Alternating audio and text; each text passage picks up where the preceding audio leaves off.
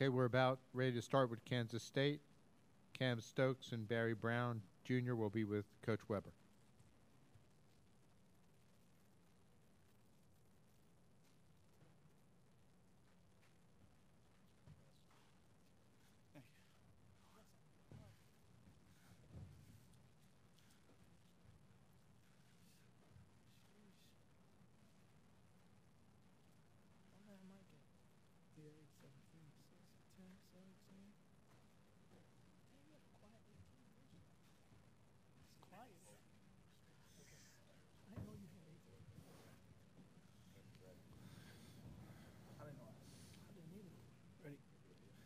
Obviously, we're so thrilled for our guys. You know, they've, since day one, last spring when we got back after, you know, we lost in the NCAA, took our couple weeks off, Barry took leadership. They didn't question anything. They came every day, worked their tails off, and we said, this is what you work for to get this opportunity, and thought they took advantage of it. We were very well prepared. We said we have to guard them. They're one of the best offensive teams in the country, some of the best offensive players in the country, and we did a great job defensively, made it really tough on them. Obviously, Barry, did a great job on Marcus, who's a really good player. But all our guys, it was a team defense, and you hold them to 59. I don't know if anyone's done that all year. I haven't looked at that closely, but it's pretty impressive. And then, we always talk about somebody stepping up and having a special moment, and obviously Mike McGurl. I've said since the beginning, I thought he was the surprise of our summer, and then he had injuries. And to his credit, he's been very, very patient, took himself out of redshirt when Cam got hurt and came back, and he got his chance the last couple games, and he rose up and played like a veteran, made a lot of big plays. But, Cam got us off going. It was good for him to get a shot going. You can see a little smile on his face, and he had his struggles, but I thought, both ends of the game, and then Barry kind of took it over in the second half. Made the plays we needed to make. So it was a great win for our guys. So happy for them, and now we get to move on and see who we play on Sunday. Okay, questions for Cam and Barry? Raise your hand. Let's get the mic to you. And who has the first question? Front row. Yeah, Matt Hall, K-State Online. Cam, for you specifically, how big of a relief was it to come out, make your first 3 shots, get your team out to a lead that you guys pretty much held throughout the game?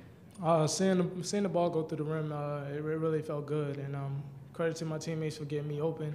And, it all came down to focusing on making the shots. And, seeing the ball going through the hoop felt really good. To our right. Smail, Topeka Capital Journal. Barry, what was the key to shutting down Marcus? I know it's a team thing, but you were on him most of the day. I watched a lot of film with him. I'm on him with Coach Frazier, just trying to see where he picked his spots, what he likes to do on offense, and kind of memorizing their plays a little bit. So I kind of knew the play before they ran it through, and so I was just jumping a lot of stuff and kind of denying it a little bit, and it worked out. My teammates had my back doors and stuff like that, and especially on switches and hedges and the ball screens, and it worked out. Third row aisle. Blair Kirkhoff with the Kansas City Star. Barry, what was different about the way you guys operated without Dean Wade tonight? I feel like we just had our backs against the wall a little bit, knowing Dean wasn't going to play, like Coach said, credit to Mike, he stepped up big time, gave us a big lift off the bench that we needed. We missed some of the stuff that Dean does, so some of the guys just stepped up and rebounded and defended like it was our last game, and that's our mindset going through this tournament. Second row to our right. For either one of you, when did you find out that Dean wasn't going to play? Cam? Game time decision. Yeah, it's a game time decision. We didn't know. It was just a game time decision. And can either one of you talk about the contributions of Mike McGurl? Mike, he played his butt off today, man. 6 for 10 from the field, 3 for 5 from 3. But all the little stuff you don't see, he had some great defense. He might not have got a steal, but he had some great defensive contributions, switches and talking and knowing where to be and help side. He had a great game today. Third Third row to our left. Bruce, can you? Oh, sorry. First row. Yeah, for Barry then Cam, is this the most rewarding win you've been a part of at K-State? Barry. It's very rewarding for us to come in here and show what we're about, show that we can not only make the tournament but win a game against a top offensive team, hold them to 59 points.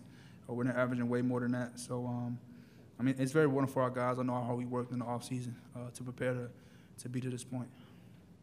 Cam. Like Barry said, it's very rewarding just knowing how hard we worked to get to this point. And we wanted to get here, and we wanted to win the game, and winning that game is rewarding, but we still got work to do. Third row aisle. Roger Rubin from the Fieldhouse. For Barry, can you describe what it was like when Coach told you Wade wasn't going to play? And for Cam, what did that make you? How did that make you feel? We knew we were just gonna, like I said, we had our backs against the wall without Dean, and we huddled up, and we had guys that stepped up. Mike stepped up, like I said. Cam hit some shots. Cardi hit some shots. Everyone just stepped up, contributed a little bit more to make up with what Dean brings to the table. It was just a game time decision.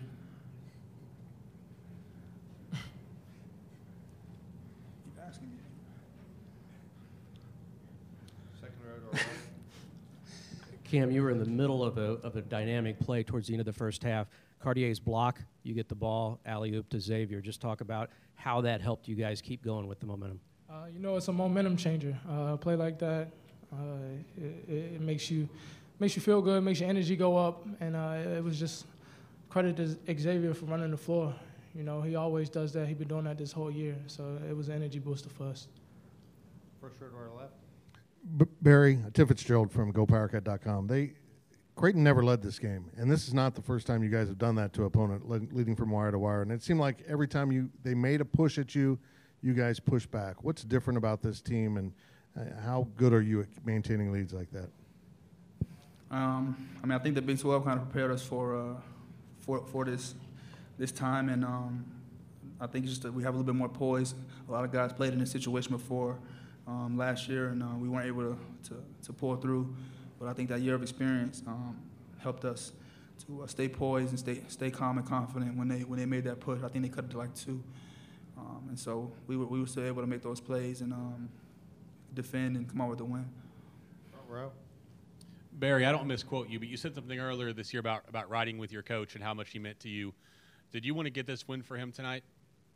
Yeah, I want to get this win for Coach. I know, how much he cares about us and how much time he puts into this basketball program when he could be with his family. So I want to get it for him and, our fans, just the whole Wildcat Nation. I want to get it for our players, myself, everyone. We'll take one more question for the student athletes, if anyone has one. Nope. Okay. Thank you. Thank you, Cam and Barry. You guys head back to the locker room. Good job. We'll now take questions for Coach. First one to our left. Yeah, sorry, Bruce. Could you, if you can, tell us what you said to Marcus as he walked off the floor for the last time tonight? I just congratulate him. I've said all along, I have nothing against him. I'm in this I've started years ago. I was a 5th grade teacher. I coached kids on the playground, and it's about kids, and that's why I've stayed in it. And I want guys to be successful. And if I just said congratulations. I'm happy. I hope you got your head on straight, and you had a heck of a career. So, and I told him the same thing, and asked about his mom. He's got a great mom, great family. Again, he's I'm proud that I recruited him, coached him, and I'm proud that I maybe helped him get in the right path or right direction. The Kansas State locker room will be open until 9:39. Next question, middle of the room aisle. Coach, that was a season low for them, tied a season low, 59 points. What was your strategy going in, and how were you able to contain Foster? Well, Barry's one of the better defenders in the country. And we've, from day one, I asked when he was a freshman, I said, who's going to be our stopper? And he just raised his hand, and he said, I am. And I just kind of blew it off. But he's taken that role. He loves it. He's and the thing he talked about, he has been in the office every day since Monday, watching film on him, and because we knew how good he was and what he did, and if you can take away a couple of the quick hitters, the where they get him on the back doors, where he can get a couple easy ones, it makes it tougher on him on the tough shots, the contested. The other thing we talked was just stay in on him, a lot like Trae Young. We talked about when he drove. We told McCall to stay in there, make him make tough shots. He made one at the end, but other than that, he never really got going. So it was we've been good on defense. We played some of the best offensive teams in the country. We told the guys that this was probably more like Kansas than Oklahoma or TCU, but they rose to the occasion and they took the challenge on. And beside Barry, Xavier was really, really effective because Thomas is a really good player too. And Xavier did a great job on him, gave us great energy, hit a big three when they kind of made a run. Somebody asked about the question about it. Seemed like every time they made a run, we made the big plays. Xavier got some big rebounds. Obviously, the free throws was the one thing we could have been even a bigger margin, but just happy to win in advance. To our left. Roger Rubin from the Fieldhouse. Yes. Bruce, in terms of when you're replacing Wade Yep. and distributing his minutes and responsibilities, I mean, was McGurl the option A, or how did you? What was the thought process by which you ended up with him taking those minutes? Well, we've been through this before with Kamal Stokes got hurt. Third game in Big 12, breaks his foot, Texas Tech. And that was when Barry showed such great leadership, called his own team practice, got with Dean, said, hey, we got to take this team on our back. So they've been through it. The word I put on the board today was persistence, and there's nothing more important in this world than being persistent. And, so you got to still, we told him, we can't replace Dean scoring, but we can guard them. If we keep them at a minimum, then somebody else has to step up. And I guess the best thing was Mike and Ahmad and some of those guys got a chance against Kansas last Friday to get in there and get a little confidence and feel good about themselves. And so when they got in, I mean, obviously Mike didn't hesitate. It looked like he's been a starter or played many minutes all year. So, it had to be a team effort. I thought we made some tough shots early, but we kept making big plays, and Barry got going on some of those ball screen actions in the second half. So it's just a great team effort. You can't replace Dean. I mean, he's one of the best players in the country, but you had to do it with great teamwork, great team defense, and some people stepping up. Second row to our right. Coach, I know you talked about being happy for the guys, but how gratifying is this for you? Does this relieve any pressure for you? Oh, I don't worry about that. I'll be honest. It's just helping the guys and preparing them, and I put my heart and soul into every day. I love coaching, passion for coaching young men and watching them develop, and it's about them having the experiences. I've had these experiences. Do I want to go to the Final Four? Heck yeah, that was an unbelievable ride. It would be fun to do something like that again. But at the same time, for those guys to experience this is special, and they're pretty focused. They were excited in the locker room, but they know obviously we're going to have a tough task on Sunday. In the aisle. Blair Kirkhoff with the Kansas City Star. Can you just take us through the decision process with Dean? Yeah, Dean tried to do some stuff on Wednesday before we left, a little more active stuff. Then yesterday, we got him more involved with some stuff, and we just wanted to see how he would be after.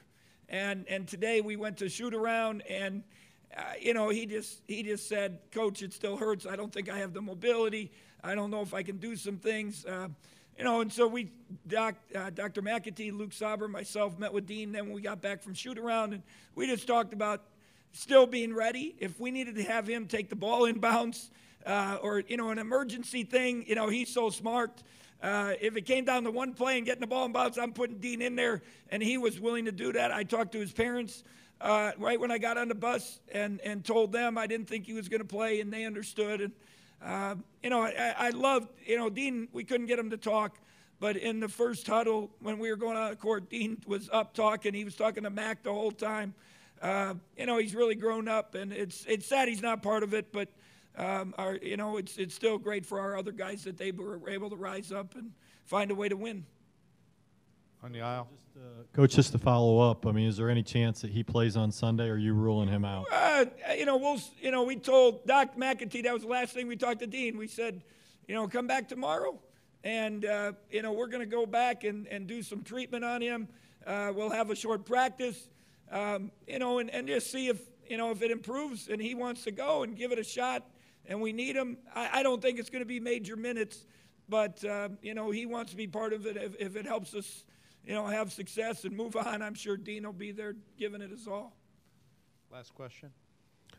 Tim Fitzgerald, GoPowerCat.com. Coach, you put persistence on the board. Is that exactly what your team did and won this game with a great deal of persistence and tenacity? Yeah, I don't think there's any doubt. Resilience, whatever those words are. I always look for quotes for the week and for the game, and we just said there's nothing more important in this world than persistence, and it can overcome talent, it can overcome intelligence, and and that's what they are. Barry is probably as persistent as anyone, a little stubborn, but he's very persistent, and I thought our guys really, every time, and obviously that shot at the end of the half was huge.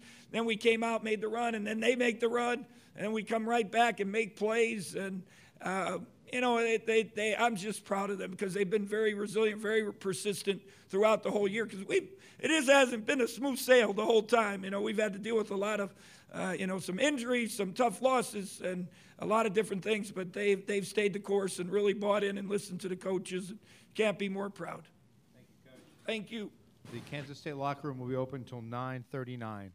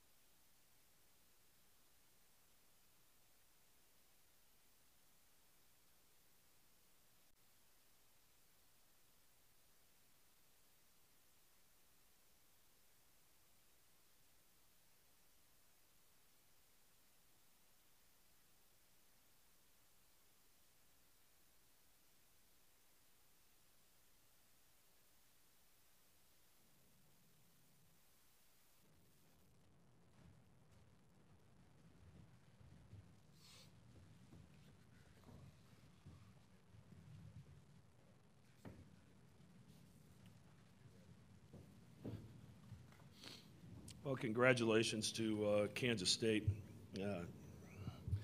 Thought they played a heck of a game, and defensively were very disruptive, especially early in the game, and I thought forced us into some uncharacteristic decisions rather than maybe using their pressure against them. We probably fell into the trap of trying to beat it too early in the possession.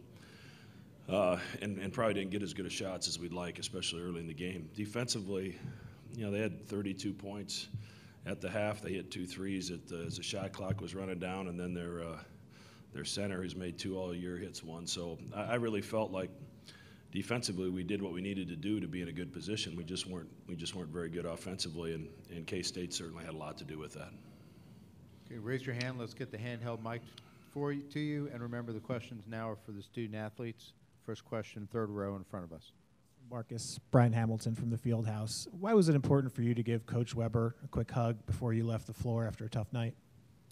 He called me over there. I was gonna give him a hug at the end of the game anyway, but he just had called me over there and just told me he loved me and proud of everything that I've accomplished.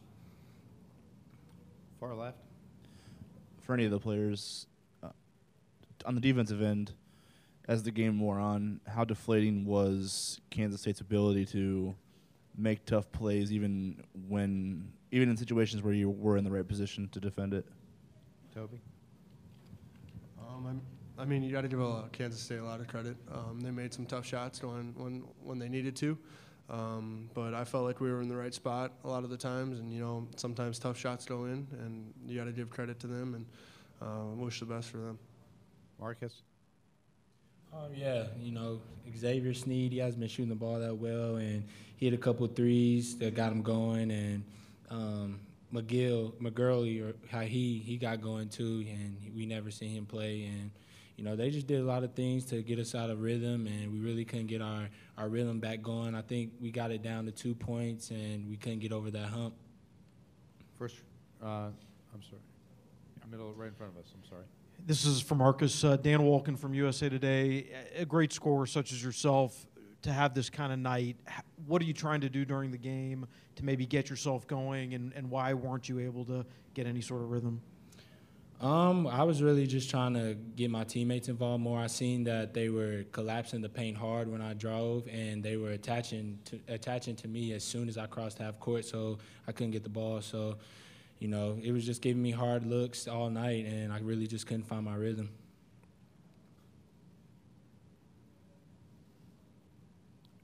Any other questions for Toby, Tyler, or Marcus? To our left, third row. I guess, Marcus, given how much pressure you were under all week and given how it ended, what are you going to think about the most, your Creighton career this season, despite having kind of a sour ending to the story?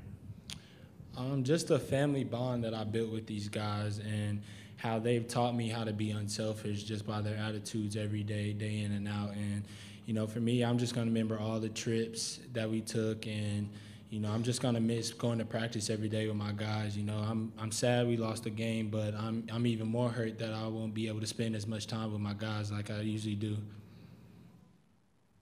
Any other questions for the student athletes? Okay, guys, thanks. You guys head back to the locker room. Congratulations on a great year. Questions for Coach McDermott. First question to our right, second row. David Smale, Topeka Capital Journal. Specifically, what did K-State do to take Marcus out of his game so much? Well, they met him early and made his catches very difficult. And then, obviously anytime he put it on the floor, they were really rotating with help. They're very physical. And, Marcus at times can overwhelm you with his physicality, and they were able to match that. And, we were trying to maybe try too hard to try to get Marcus something easy to get him going, and unfortunately we just could never get him started. Greg, hey, Dan Wolken, USA Today. How tough is it as a coach to see a player, end his career with a game like that when obviously he's capable of playing much better? I mean, you play a lot of games, and games like this are going to happen. It's just a reality. As I told Marcus in the locker room, a lot has been made this week about what Creighton has done for Marcus Foster. Probably what hasn't been talked about enough is what Marcus Foster's done for Creighton. The changes he made in his life to become the person and the player that he is today certainly have benefited him, but we've been the recipient of a great person and a great player, and back-to-back NCAA tournament appearances because he's made those decisions in his life. So I wanted to make sure he understood how much we appreciate what he's done for us. Third row right in front of us. Hey, Greg, I missed your opening statement, so sorry if you've addressed this, but you knew that K-State was going to be pretty physical and aggressive defensively. Why do you think the guys weren't able to adjust in the moment? I mean, they're in some ways defensively, without Wade, they can switch everything 4 ways, and because of that, we weren't able to get in the teeth of the defense. And they're extremely athletic across that guard court. They're very physical, and when we had good shots early, we didn't make them. And really, that 10 to 2 or 12 to 2, whatever we were down early, that pretty much ended up being the difference in the game. Third row to our left. Point, just, in the huddles, reading the players' body language and things like that. How I guess, constantly deflating was Kansas State's ability to always just keep you close enough to think you got a shot, but then make enough tough shots to put some separation between you guys? I thought we weathered it pretty well the first half because a couple of those were backbreakers. The one that they hit at the end of the shot clock. Maween hits the one in transition, and he's hit 2 all year. And then, of course, the one at the end of the half. And we were able to bounce back from all those, and that's 9 points. And in a game like today, 9 points is like 20 points because it was such a low possession, grinded-out game.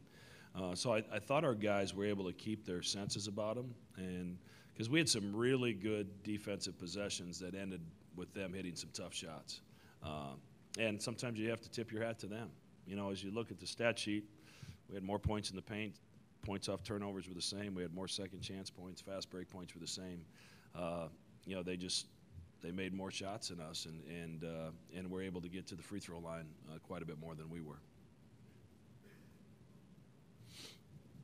To our right. Greg, it's easy from my vantage point to draw parallels between last year and this year, just in the first round NCAA tournament games. But I guess from where you said it didn't, are there things that showed up a year ago that maybe showed up this year as well in terms of the preparation or getting ready for a game and the way it unfolded? No, our preparation was really good this week. Obviously, it's difficult to simulate what they do because they're so physical, and they've got some length in the guard court. And our prep was with Wade playing. They're quite a bit different without him. Some ways better defensively. Obviously, you take him off the offensive end, it's a totally different team because a lot of what they did was to get him the basketball. So in some ways our plan was thrown out the window because he didn't play. But like I said, we defensively we played well enough to win. We just didn't make shots today. But Kansas State deserves a fair amount of credit. They made some tough shots at the end of some good defensive possessions, and we missed some tough shots at the end of some good defensive possessions, and sometimes that's the way it goes. To our left.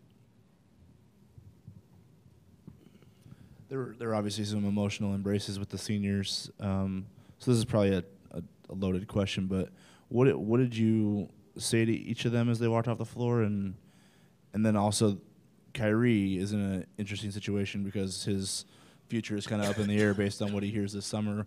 What did you tell him as you took him off the floor for the last time tonight? Well, I told him no matter what he decides, I'll love him just the same.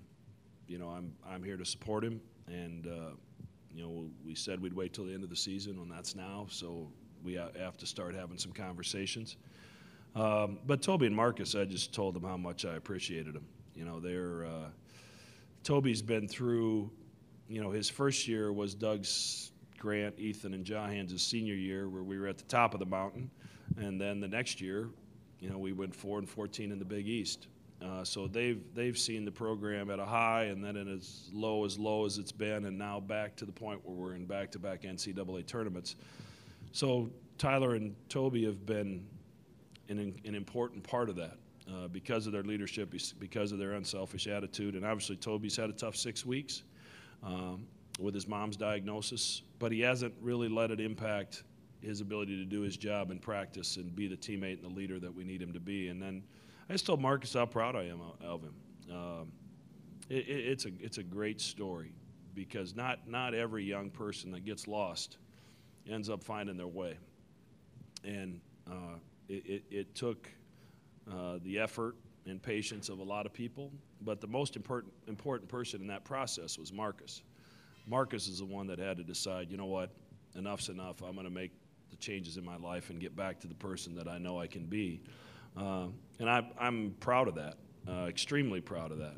I'm proud to have a hand in that, proud to try to be a mentor for him and show him the right way and let him know when I'm disappointed when he makes a poor decision, but also celebrate the good times because he had enough of people telling him what he was doing wrong. He was well aware of what he was doing wrong. So it's one of the neatest stories that I've been a part of in my 30 years. To see someone really do a 360 in their life and have to have a hand in that it's way more important than winning or losing a basketball game. Third row in front of us. Greg, your players at times this year have talked a little bit about toughness and needing to I don't know, just kind of match the physicality or the toughness of the opponent. I guess for you, how big of a concern was it through courses of the season and maybe going into today? How were you concerned about just being tough enough to compete? I think anytime you play a team like K-State, you're concerned with toughness, but we were plenty tough tonight. Any other questions? Okay, thank you. Thank Coach. you.